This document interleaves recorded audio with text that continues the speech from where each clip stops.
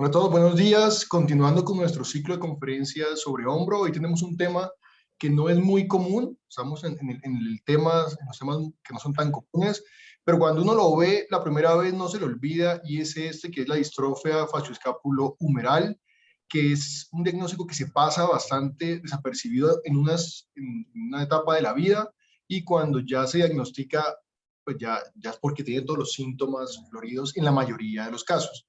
Entonces, por eso el doctor Ruiz nos va a hablar sobre este tema. Doctor Ruiz, adelante. Bueno, buenos días a todos. Como dijo ya el doctor, vamos a hablar de distrofia escapulohumeral. Entonces, como mencionaba el doctor, es una patología poco común o que poco estamos familiarizados con ella. Sin embargo, en la literatura nos hablan de que no es tampoco frecuente. Dentro de las distrofias musculares corresponde a la tercera distrofia más común, solo después de la distrofia neuromuscular de Duchenne y de la distrofia miotónica. Es una enfermedad que tiene un carácter genético muy importante, porque es una enfermedad autosómica dominante y en algunos casos se puede presentar con patrones disgenéticos. Eh, la presentación de la enfermedad es una presentación de forma irregular y va a depender bastante del componente genético que tenga el paciente, en cuanto a las manifestaciones clínicas que va a presentar y la severidad en la cual se va a presentar la enfermedad. Eh, Puntualmente afecta el músculo esquelético, la fibra del músculo pues estriado, y una de las cosas importantes es que no suele comprometer mortalidad como otras distrofias musculares. Sí, compromete bastante la calidad de vida de los pacientes, y en un porcentaje pues importante de pacientes los lleva incluso a terminar en silla de ruedas. En cuanto a la historia de esta patología, el primer caso, los primeros casos que se describieron en el siglo XVIII en Francia. En 1862, Duchenne publicó las fotos y el primer caso clínico de un paciente que presentaba esta patología. No la nombró como la conocemos hoy en día, pero sí describió todas las características de alteraciones de la musculatura facial, de la cintura escapular y de la extremidad superior. Posteriormente, en 1868, ya se empezó a conocer como atrofia muscular grasa progresiva de la infancia y se empezaron a describir más casos similares a los que ya había propuesto Duchenne, documentándose o identificando que esta patología presentaba una gran carga, un gran compromiso genético que le da bastante importancia. En 1990, pues ya con esto en mente, se encontró o se registró, documentó el gen responsable del desarrollo de esta patología, que se encuentra en el cromosoma 4 en su brazo largo en la región 35. En 1992 ya se describió más puntual cuál es la falla que ocurre, y es una contracción en el número de repeticiones macrosatelitales, como defecto genético causal que se va a traducir en la expresión de un gen aberrante que se pudo describir hasta el 2010 con las tecnologías de reacción en cadena de la polimerasa, que es el gen DUX4. Este gen se expresa de forma aberrante y es lo que se va a traducir en la expresión de la enfermedad. Entonces, dentro de la presentación clínica, como el nombre de la patología lo está indicando, las características son principalmente alteraciones de la musculatura esquelética a nivel facial, escápulo, de la cintura escapular, humeral, de toda la extremidad superior derecha. Sin embargo, no son las únicas alteraciones, también existen alteraciones de debilidad de la musculatura paravertebral. Estos pacientes tienen problemas a nivel paravertebral, de la cintura pélvica y a nivel distal en la pierna. Entonces, dentro de la historia natural de presentación de esta enfermedad en la infancia, vamos a comentar debilidad facial. Esto no es referido por los pacientes, sino por los padres como inicialmente síntomas que ellos podrían consultar o no consultar, como el dormir con los ojos ligeramente abiertos. Es una característica que van a presentar estos pacientes. Retrospectivamente, ya después de haber hecho el diagnóstico, los pacientes identifican síntomas que presentaron como dificultad para silbar o para hacer succión, por ejemplo, el uso de pitillos. La presencia de la escápula alada se identifica por los padres más o menos al final de la infancia o transcurso y finales de la adolescencia, cuando se empiezan a documentar estas alteraciones, siendo un motivo de consulta principal. Las elevaciones o la dificultad para realizar la elevación por encima de los hombros es una de las limitaciones que más comúnmente se intervienen y de las que más comúnmente afecta la calidad de vida de los pacientes, tiene una presentación insidiosa y grados de severidad variable. Pueden presentarse lo que mencionaba, debilidad del tronco por la musculatura paravertebral de las extremidades inferiores en la principal, la dorsiflexión del pie. Entonces, con esto en mente y teniendo en cuenta las alteraciones, el fenotipo que vamos a tener en mente de estos pacientes son pacientes que tienen labios carnosos porque tienen los labios invertidos, presentan escápulas aladas de diferente severidad que se van a presentar, clavículas rectas, una línea axilar vertical, y una clavícula recta, asociado pueden presentar un pectus excavatum y un signo que pues mencionan que se presenta en algunos casos, es el signo de Vibor.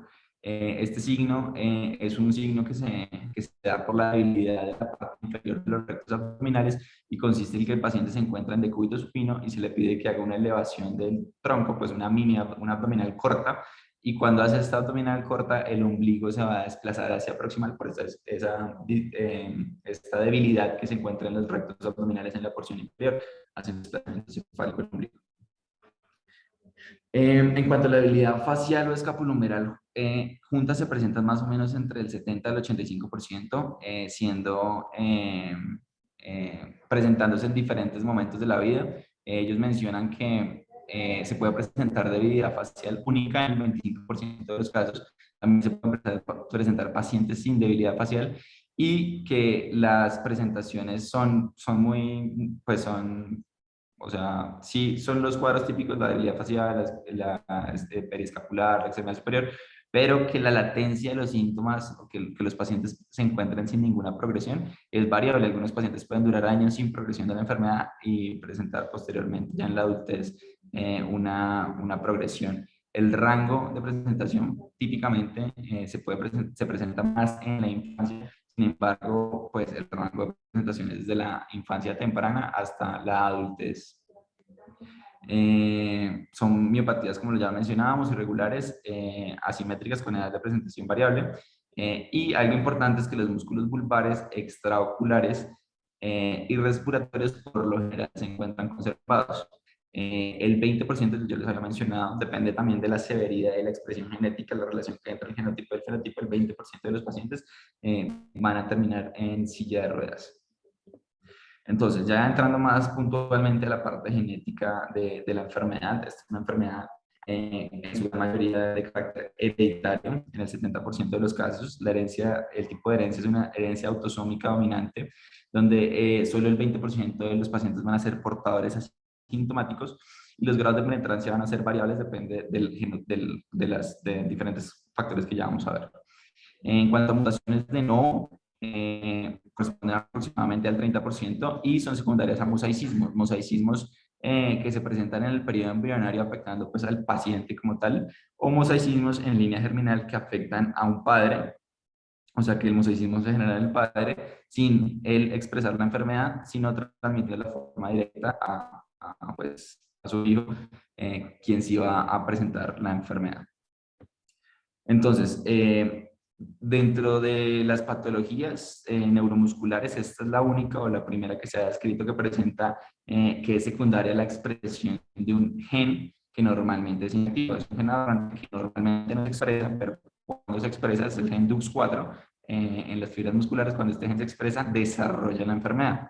¿Sí? Entonces, la primera patología neuromuscular que es secundaria a la expresión de un gen, que se comporta, ellos mencionaban como un oncogen, porque pues la ausencia de presentación no genera la enfermedad, sino la presencia de la presentación. Este gen se encuentra en la región subtelomérica del cromosoma 4 en su brazo largo, y en esta porción hay más o menos 11 a 10 copias macrosatélites de 4Z4. Estas copias son entre 11 a 10 copias, y cuando disminuye este número de copias del D4Z4, es que se va a presentar pues una de los factores que deben existir para que se desarrolle la enfermedad, la disminución del número de copias. Cada una de estas copias de D4Z4 tiene el gen DUX4, que es inexpresado. Para que se exprese, entonces tiene que disminuir, tienen que presentarse diferentes factores que ya vamos a mirar más adelante. Entonces, Este cuadrito es lo que les quería explicar. Entonces, estos son el número de repeticiones de DZ4, ¿sí? Los triangulitos naranjas rellenos. Para ellos se puede presentar de dos formas, disminuyendo el número de repeticiones, como vamos que acá solo hay 3, o disminuyendo la metilación. Pero adicionalmente, para que se exprese, tiene que presentarse un halotipo al final de la cadena de las repeticiones, que es este rectángulo naranja que se presenta acá al final, que está en ambos casos, ¿sí? Estos son los diferentes genotipos de la enfermedad, que ya vamos a ver cómo se clasifica. Entonces, para que se exprese el gen DUX4, entonces disminuyen el número de repeticiones del Z4D4. Adicionalmente, existe un halotipo al final de la cadena que es lo que va también a ayudar a que se traduzca. Y adicionalmente hay alteraciones en la metilación, que son estos circulitos rojos que se ven acá abajo, y estas alteraciones en la metilación van a traducirse, como se ven los triangulitos naranjas, ya no están rellenos, sino que existen alteraciones en la cromatina y mutaciones puntuales que hacen que se genere la expresión de la enfermedad. Entonces, acá se expresó la distrofa facioscapulohumeral tipo 1 y acá facioscapulohumeral tipo 2, ¿cierto? Entonces vemos que la tipo 2 presenta el número de repeticiones del Z4D4 normal, igual que acá. Sin embargo, tiene alteraciones en la metilación, en la coloración y el halotipo al final de la secuencia. Aquí se disminuyó el número de repeticiones y adicionalmente tiene el halotipo al final y alteraciones en la metilación. Esto se traduce en la expresión del gen DUX4, que es el que genera la patología. Entonces, existen unas asociaciones genotipo-fenotipo. Entonces, lo que ya habíamos mencionado, el tamaño de fragmentos. O sea, acá vemos que son los de 11 a 100 que normalmente existen, ¿sí? Acá ya hay 3. Entonces, depende de qué tantos son, de 10, menores de 10, de cuántos hay, se va a generar una mayor expresión de la enfermedad. Entonces, a tamaños más pequeños, mayor severidad de la enfermedad. Adicionalmente, existen otros modificadores genéticos que regulan el estado de metilación y también contribuyen a la severidad de la enfermedad. Entonces, teniendo en cuenta esto, las asociaciones entre genotipo y fenotipo, vemos que pueden existir de 1 a 3 repeticiones, de 4 a 7 o de 7 a 10 repeticiones, siempre menos de 11. Entonces, de 1 a 3 repeticiones del D4Z4 tienden a tener una enfermedad más grave y que más probablemente se va a manifestar. Entonces, la penetrancia de esta enfermedad es casi completa, entre el 85 al 100% cuando pues, es más severa, y tiene una presentación en la infancia más temprana. Además, los síntomas que se van a generar van a ser un poco más severos. Ellos refieren que incluso cuando la enfermedad ya está en altos grados de desarrollo, el paciente va a tener incluso dificultad para cerrar los ojos, lo cual va a requerir diferentes tipos de intervenciones por las alteraciones faciales. Adicionalmente, refieren que un porcentaje importante de estos pacientes, la gran mayoría, terminan en silla de ruedas. En cuanto a 4 a 7 repeticiones del D4Z4, las manifestaciones van a ser moderadas y variables. Se va a encontrar en este tipo de poblaciones más pacientes que son portadores asintomáticos y una penetrancia del 70%. Más o menos el 70%, más o menos el 60% de los pacientes mencionaban a los 60 años van a presentar sintomáticas. El 60% de los pacientes adicionalmente presentan afectación de las extremidades y solo el 20% de este subtipo van a terminar rezagados a una silla de ruedas. En cuanto a 7 repeticiones de 4Z4 es la presentación fenotípica que se traduce en manifestaciones fenotípicas más leves. De estos pacientes la mayoría pues presentan una calidad de vida adecuada y pocos se rezagan a silla de ruedas. Entonces estas son como las asociaciones que hay entre el genotipo y el fenotipo. Adicionalmente existe esta clasificación que se basa en lo que ya vimos del desarrollo genético. Lo clasifican como distrofa facioscapulohumeral tipo 1 y facioscapulohumeral tipo 2. La tipo 1 corresponde al 95% de los casos y son las alteraciones puntuales en la disminución de repetición del gen de 4Z4, del satélite de 4Z4. ¿Sí? Cuando se disminuye por debajo de 11 y pues de 1 a 3, de 4 a 7, de 7 a 10, corresponden al tipo 1, a la clasificación tipo 1. La tipo 2 corresponde al resultado de mutaciones de genes que modifican la estructura de la cromatina, lo que ya mencionábamos, alteraciones en la metilación. Esto pues se va a traducir en una expresión de la enfermedad que es indistinguible clínicamente de las manifestaciones de la tipo 1. Entonces, ellos dicen que son idénticas, que lo diferente pues es a nivel genómico, a nivel del genotipo, y que la tipo 2 se presenta, tiene menor inicio infantil y no tiene alteraciones en la retina ni auditivas asociadas. Entonces, pues estas son cosas que hay que tener en cuenta. Esto es lo que les estaba explicando. Este es un paciente normal con sus repeticiones normales. Este es un paciente con distrofia facioscapular mareal tipo 1, donde disminuye el número de esos satélites del D4Z4, y vemos que el número es el mismo que arriba que un paciente normal, sin embargo tiene alteraciones puntuales en las metilaciones y en la cromatina. Entonces, en cuanto a la patogenia molecular, aquí qué pena por el error, es DUX, el gen DUX4 va a generar por sí mismo alteraciones a nivel muscular que van a generar apoptosis y estrés oxidativo. Y adicionalmente genera una inducción de genes que normalmente se encuentran en concentraciones muy pequeñas o en algunos casos pues no se encuentra presencia de estos genes, que son estos que se encuentran acá. Y estos genes van a actuar como antígenos que se suman a la apoptosis y al estrés oxidativo que está generándose por la presencia del gen, y va a generar un estrés en el músculo que se va a traducir en una inflamación muscular y pues alteraciones que de ahí en adelante pues ya son degenerativas. Entonces esa es como la patogenia molecular.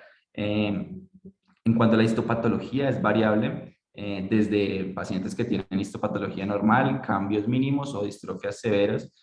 Lo que ellos mencionan que va a ser distintivo de todos los casos es la inflamación, aunque en grados diversos de severidad, y ellos refieren que en algunos casos puede que no se encuentre la inflamación en la biopsia porque son muestras muy pequeñas. La inflamación van a ser células inflamatorias endomiciales sobre las fibras, rodean las fibras musculares como tal, que se encuentran intactas, no se encuentran necróticas como en el caso de la distrofia muscular de Duchenne, a menudo también se encuentran estas células inflamatorias perivasculares. Existe un estudio que hicieron respecto a la correlación que existe entre la histopatología y lo que podemos encontrar clínicamente o macroscópicamente. Hicieron un estudio en resonancia comparado con los hallazgos patológicos, y se dieron cuenta que en los pacientes que en el STIR tienen signos de hiperintensidad asociadas a nivel de las fibras musculares, a nivel muscular, se encontraban marcadores inflamatorios musculares más fácilmente. Encontraba infiltración de CD4 positivos y de CD8 positivos de linfocitos. Estos son los cortes, donde vemos la diferencia que existe en la histopatología, desde cambios mínimos que existen en las imágenes A y B, hasta infiltración grasa, que vemos en la imagen C, o ya cambios con remodelación severa en la imagen D.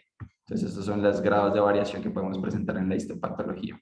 En cuanto al diagnóstico, esta es una guía que se publicó en el 2019 basada en las diferentes recomendaciones.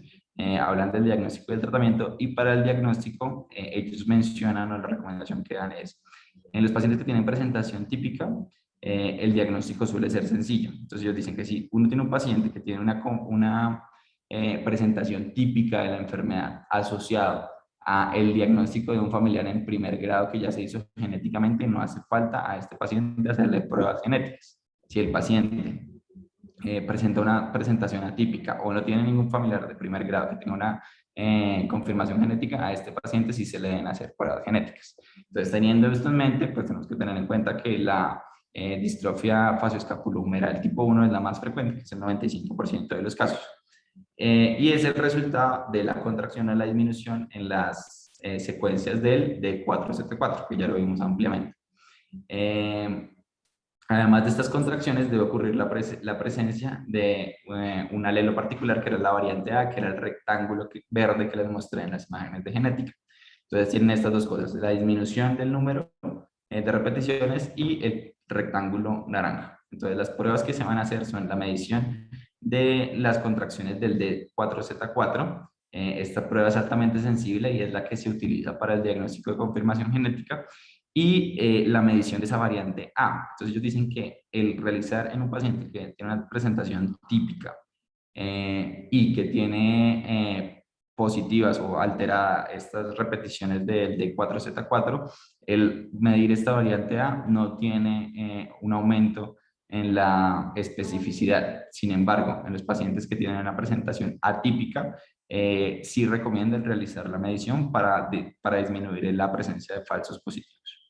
Entonces, ese es el algoritmo que ellos hacen diagnóstico para estos pacientes. Entonces dicen, si uno tiene sospecha de la enfermedad con una sintomatología típica asociada a un familiar que tiene una confirmación de la patología, pues ya uno hace el diagnóstico y no tiene que hacer ninguna prueba adicional. Si uno no tiene una confirmación por familiares, uno tiene que hacer el test de la presencia del número de repeticiones o de la disminución del D4Z4. Si esta es positiva, uno va a la clínica del paciente. Si es una clínica típica, ya tiene el diagnóstico. Si es una clínica atípica, uno lo que debe hacer es medir el alelo A, que era el rectángulo que les mostraba. Si es positivo, ya tenemos el diagnóstico de una distrofia facioscapulohumeral tipo 1. Si es negativo, uno debe pensar en otras miopatías. Si en presencia pues, de la sintomatología tenemos que las contracciones del D4Z4 es negativo, debo pensar o en una distrofia facioscapulohumeral tipo 2 o en otras miopatías y hacer estudios adicionales genéticos.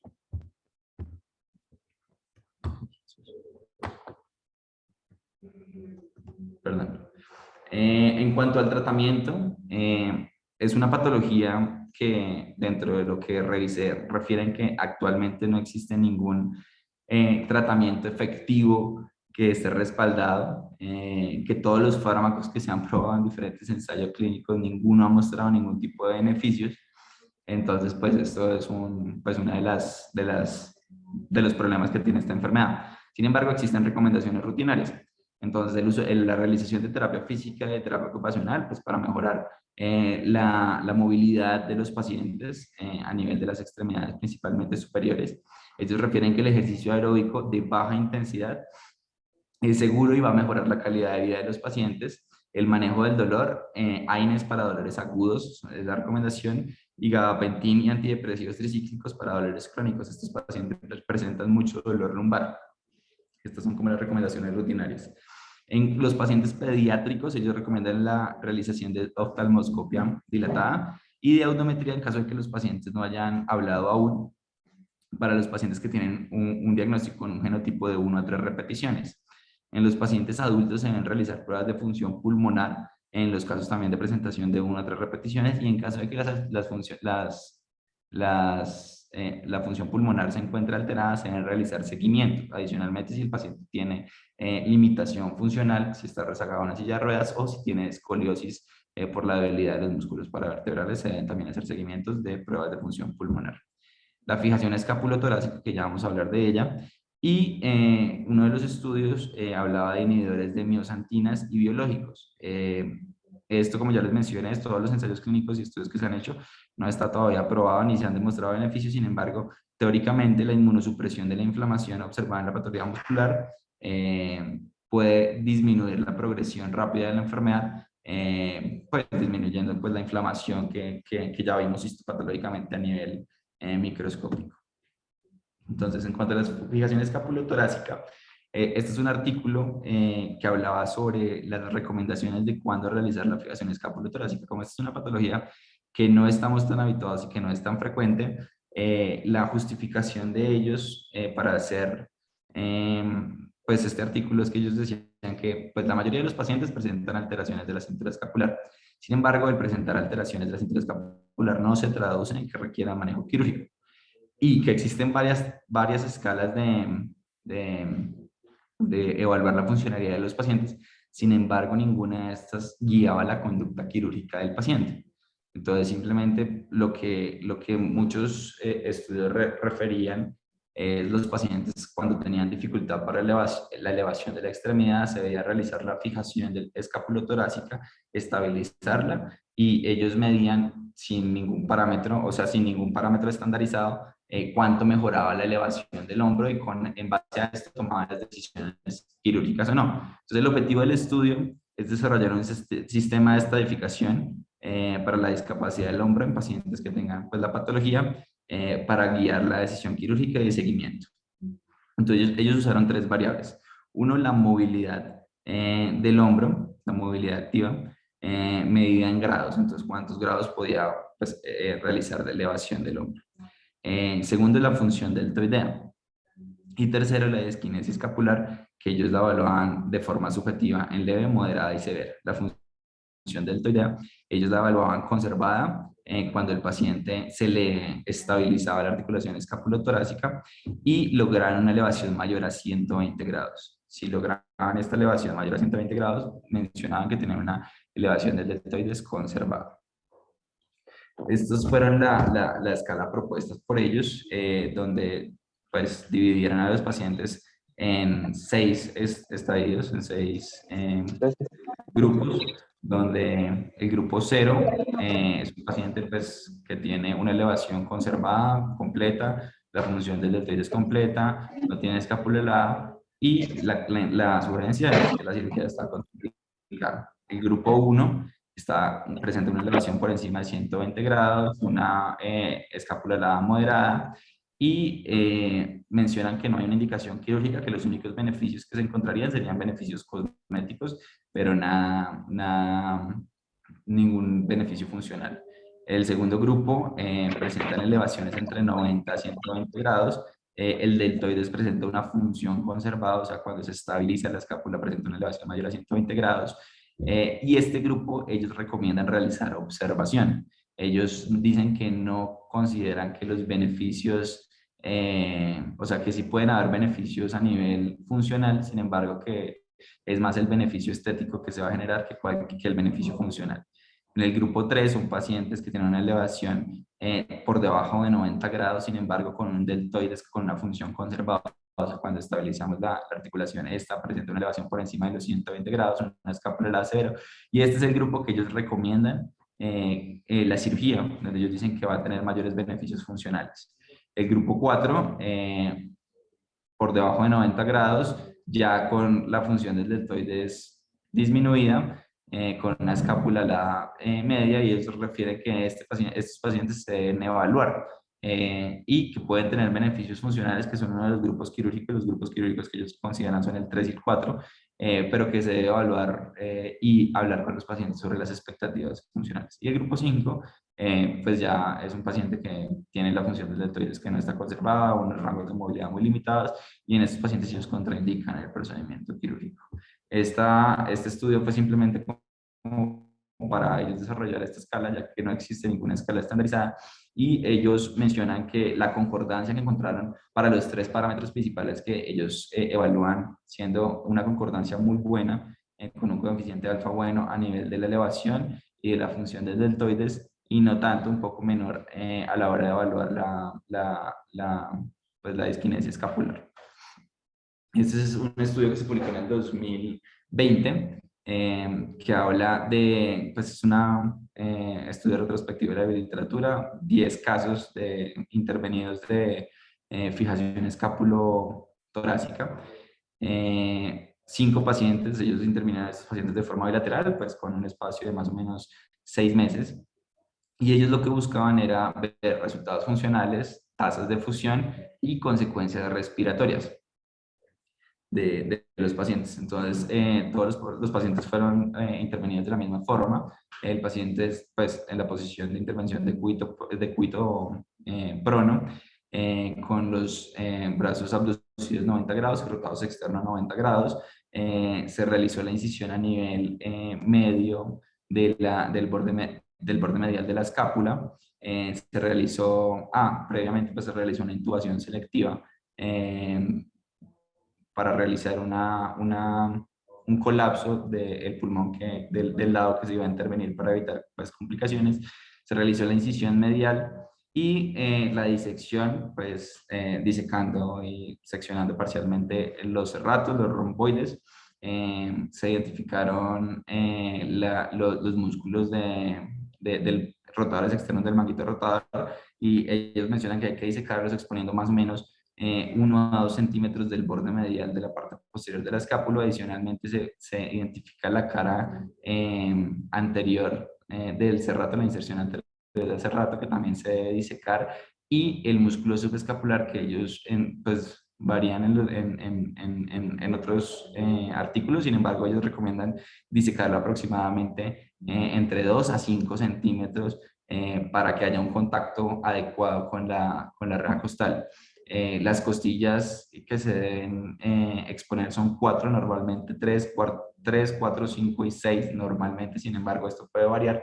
Se debe realizar una incisión a nivel del periósteo y realizar una disección subperióstica para evitar lesiones de la pleura parietal de estos pacientes.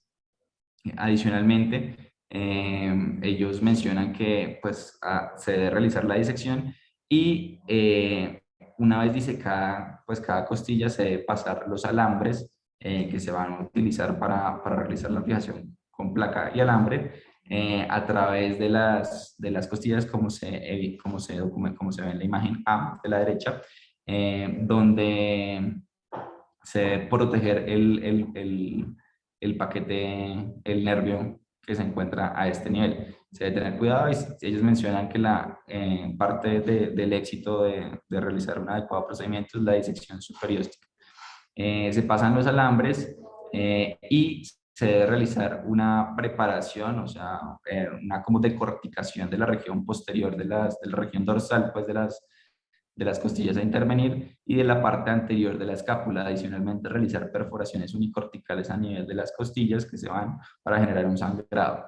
Y la aplicación de injertos que se van a colocar entre la, la, la, las costillas y la escápula. Se colocan injertos, ellos en este estudio lo hicieron con injertos de cresta ilíaca, y la aplicación de una placa, es una placa LCP, que se debe colocar en toda la longitud de la escápula. Entonces ellos dicen que a este nivel interfiere la espina de la escápula, entonces con una agulla se debe resecar parcialmente o se debe quitar parcialmente para lograr recostar la placa completamente.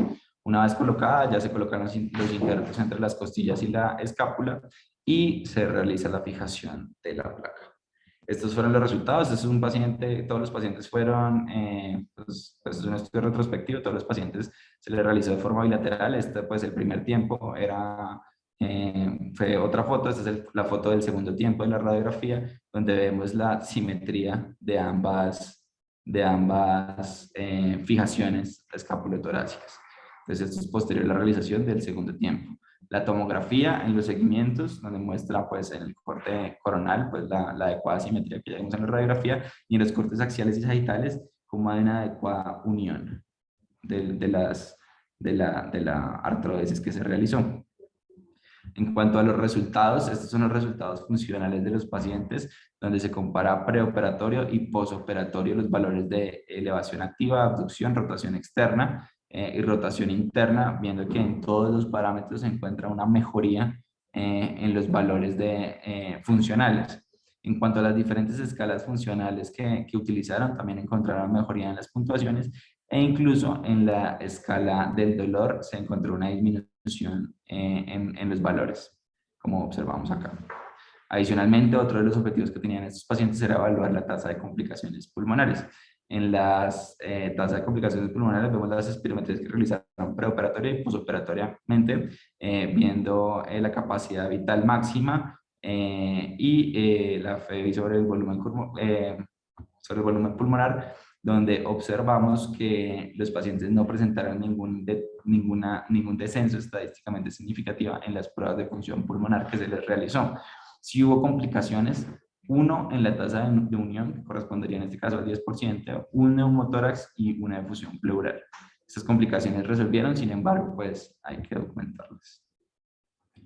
En cuanto a pues, un artículo que encontré del 2020, es una revisión sistemática de la literatura donde se evalúa la fijación escápulo torácica. Se realizó una búsqueda encontrando finalmente 13 artículos que cumplían con los criterios de inclusión para evaluar los diferentes desenlaces que se buscaban evaluar en cuanto a tasas de unión, de complicaciones y de mejoría funcional. Estos son los artículos que se incluyeron. Vemos que todos son series de casos, no existe ningún otro tipo de estudio. Y pues los años de realización de los estudios son muy variables. En cuanto a los resultados que se obtuvieron de esta revisión sistemática, se encontró que existía una ganancia en la elevación promedio de 45 grados y en la abducción de 40 grados. Esto ya lo habíamos visto en el estudio anterior, donde sí se evidencia que hay mejoría funcional objetiva de los diferentes rangos de movimiento, satisfacción cosmética general y mejoría en el desempeño de las actividades diarias de los pacientes. También se encontró. No hubo alteraciones significativas en la función pulmonar, pero las complicaciones ellos las reportan que son del 41%. Falla del material en el 8%, pseudoartrosis en el 6% y neumotórax en el 5%. Ellos dicen que sí es un procedimiento que mejora la calidad de vida de los pacientes, sin embargo las complicaciones son altas, tienen altas tasas de complicaciones y existen complicaciones que son graves como la presencia de neumotórax en estos pacientes. Entonces, estos son los resultados de esta revisión sistemática de la literatura. En cuanto a las conclusiones de la revisión, un parámetro que busqué fue la realización de otro tipo de intervenciones para mejorar la cintura periescapular. Busqué específicamente acerca de transferencias tendinosas, pero no encontré literatura al respecto en cuanto a esta patología, a la distrofia facioscapulohumeral. No encontré literatura que respalde la realización de transferencias tendinosas. En cuanto a las conclusiones, es una patología pues relativamente frecuente, pues ya vimos que es la tercera más común de las distrofias musculares. Sin embargo, pues como ortopedistas estamos poco expuestos a esta patología. De hecho, pues yo realmente no la conocía. Entonces, pues eso es lo que veo valioso de la revisión, conocer una patología con la cual no estamos familiarizados. Implica un reto diagnóstico, pues teniendo en cuenta que pues, presenta varias cosas genéticas, pero más que el reto diagnóstico, creo que es un reto para la toma de decisiones, porque no vi estandarizado como un protocolo acerca de la toma de decisiones. Sí existen acercamientos, pero nada con buena evidencia. Y en la literatura, pues al ser una patología que poco estudiamos, no existe tanta evidencia que respalde las intervenciones quirúrgicas que se realicen. Esto es básicamente lo que quería compartir. Muy bien, Santiago, muy bien. Si se dan cuenta, como lo mencionó aquí el doctor Ruiz, al final, pues lo que hay de evidencia, lo que uno puede revisar sobre este tema, pues tampoco es mucho, porque a pesar de que, como usted bien lo dice, no es tan rara como uno pues piensa inicialmente, pues sí se ve poco. Entonces es muy difícil abrir dos brazos de cualquier estudio que uno quiera hacer. Creo que aquí hay varias claves. Uno, sospecharlo. Muchas personas siempre pues pasan desapercibidos durante toda su vida, pues el problema de la escápula, y la gente casi que hace chistes sobre esto cuando la cosa es leve, que la escápula es salada, y como lo ha tenido toda la vida y puede hacer su vida cotidiana, pues no le presta mucha atención. Pero cuando uno hace una anamnesis juiciosa, ya cuando consultan de más edad, se da cuenta uno, dejar de compartir aquí su pantalla, se da cuenta uno que sí hay un problema, ¿sí? Que uno le pregunta a veces al paciente que se ría o que sople, o se da cuenta que el patrón de la disquinesis escapular no es el típico patrón de una deficiencia aislada del serrato anterior o del trapecio. Entonces, todo esto ya empieza uno a prender las alarmas sobre esta enfermedad. Creo que la vemos poco también en nuestro estilo de práctica. Probablemente en otras especialidades, los pediatras o sí, los pediatras principalmente, puede que lo puedan detectar más temprano en la vida, cuando se presenta en infancia, por supuesto. Pero digamos, en nuestra práctica no es usual, pero una vez ustedes vean un paciente con esto, ya no se les olvida y creo que él puede seguir haciendo el diagnóstico. Por supuesto, el no hacer un correcto diagnóstico, como todo en medicina, puede llevar a un tratamiento errado. Si un paciente como estos, uno solo mira la escápula, digamos, uno tiene una visión un poco más ortopédica del asunto y solo se enfoca en la escápula y en corregir la escápula, puede que esté pensando en algún tipo de transferencia. Y hago ese comentario a su comentario final también. Y resulta que aquí no hay que transferir porque el problema principalmente está en los músculos alrededor del hombro. Entonces es complejo pensar en una transferencia en estos pacientes y el tratamiento es, como usted lo mencionó, lo que se ha escrito de ese tratamiento es la artrodesis entre la reja costal y la escápula. ¿Alguien tiene algún comentario, alguna mano levantada? El doctor Rojas, el doctor Lacotir, si quieren hacer algún comentario. Si no son las 7, ya terminamos acá. ¿No hay comentarios? Bueno, listo. Entonces, Santiago, muchas gracias y nos vemos la próxima semana con un nuevo tema. Que estén bien. Chao. Gracias, doctor. Hasta luego.